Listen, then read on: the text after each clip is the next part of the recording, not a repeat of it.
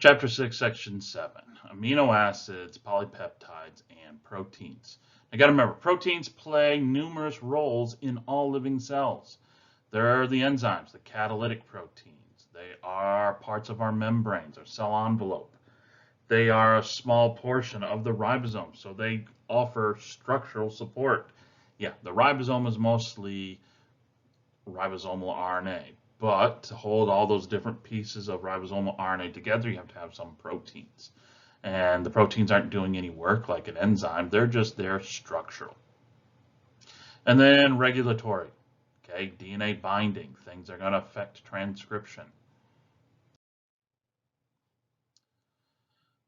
Proteins, remember, are polymers of amino acids, okay, which is an organic compound containing an amino group and a carboxyl group, a carboxylic acid, hence the amino acid.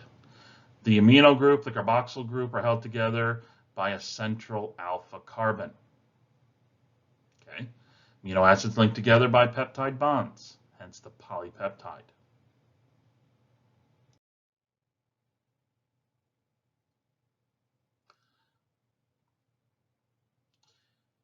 Different to, as you see here, here's the amino group, here's the carboxyl group, there's the alpha carbon.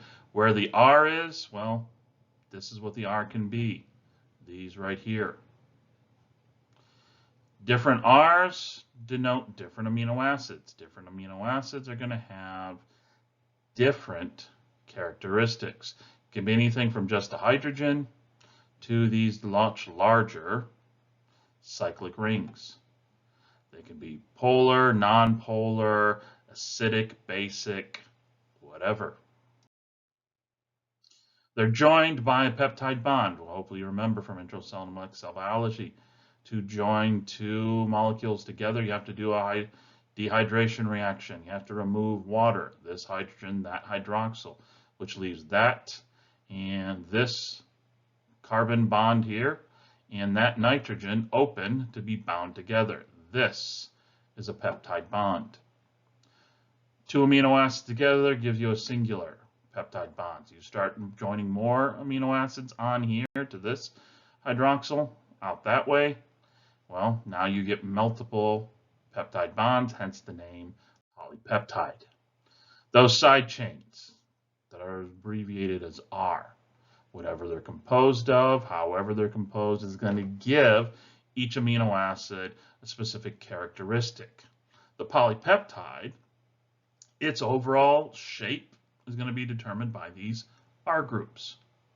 The different R groups are going to cause, remember the push and pull for the formation of an alpha helix, a beta sheet, and then it's the sequence of alpha helices and beta sheets that give you the tertiary structure, so on and so forth. Having a structure gives you a function.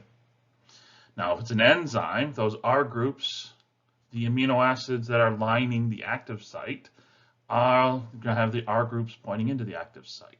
And if predominantly those R groups are acidic, well, then the active site is acidic environment. If it's basic, it's going to be an alkaline one.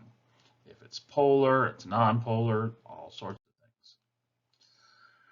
things. As I just said, primary, secondary, tertiary, quaternary structure. I'm not going to go over those again. You can read through this or you can read it in the textbook.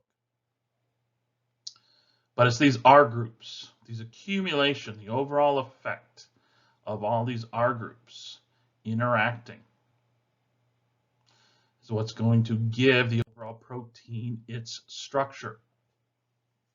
Here you're seeing the R groups that have sulfurs are going to give these disulfide bonds that are going to hold this protein together even under increased temperature that would cause most other proteins to denature.